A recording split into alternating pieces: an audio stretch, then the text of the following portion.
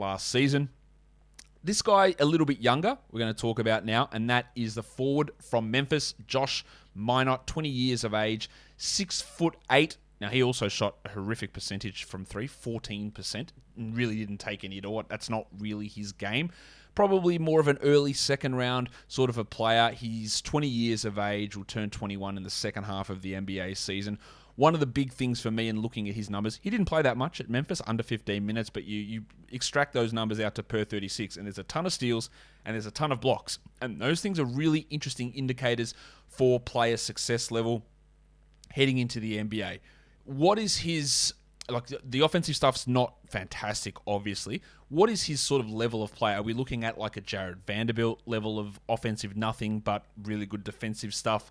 At that forward spot, is that the sort of archetype, I guess, as a player for Josh? Yeah, he's kind of this, just natural elite athlete, somebody who's going to make a lot of, create a lot of events on defense. Like you kind of alluded to, that steal rate was at 3.1%, block rate of 5.4, both really off the charts for somebody who, just coming into college. And I really thought a lot of the time at Memphis, he could have deserved more minutes this season. Obviously, they had a lot of weird things going on in the early parts of the season, and kind of went with some of those veterans, especially once DeAndre Williams came back from injury. But yeah, he's kind of this guy who, he's going to have to probably shoot it a little bit to get the most value in the half court offensively. But I think, he's a pretty good cutter. He's got a high motor. Obviously, that athleticism is going to help him out a lot around the basket. My thing with him is like, if we can get him into a situation that has, potentially like a Miami that has a Bam Adebayo, or Sacramento with Domantas Sabonis, somebody that he can play off of and cut off of, and kind of get to move in, set some screens, roll to the basket, use that athleticism, at least in his first, couple years as he gets acclimated and is able to play and cuts out some of those defensive lapses. I think that there's somebody that can be a really big threat. A Jokic also, somebody who could be a really big threat and find his way in the league. I was just about to say, what about Denver? They've just traded JaMychal Green, who was playing backup 4, backup 5.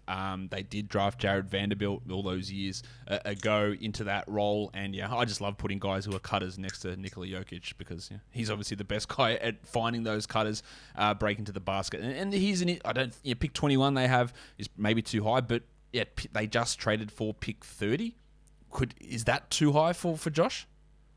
I think that's fine, sort of in his general range. Like maybe you could say it's a little bit too high. His mock sort of in that 40s range, early 40s range most consistently. But once we start getting into those 30s, it's pretty much like, if this is the organizational fit, this is the type of guy that you want in that archetype, then I think that's a pretty fine pick there at 30. This is completely like off topic, but I don't know how you feel, but whenever I watch a Memphis game, I can't with their court. Like the blue court, I feel like I'm watching slam ball. You flick it on and you go, what is going on with this court? And it just bothers me. Does it impact you? Or are you just so like attuned to seeing it that you're just like, oh, it's fine. I can't with it. I just cannot deal with looking at that blue court.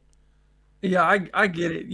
It's one of those weird ones. Like Oregon is that way for me. Watching a lot of Oregon games, the whole tree situation is like kind of throws things off. But I get it 100%. It's like the Boise State thing in football. Oh my God, yeah. Too, so, yeah. Forgot about that Boise State one. Yeah, that's crazy as well.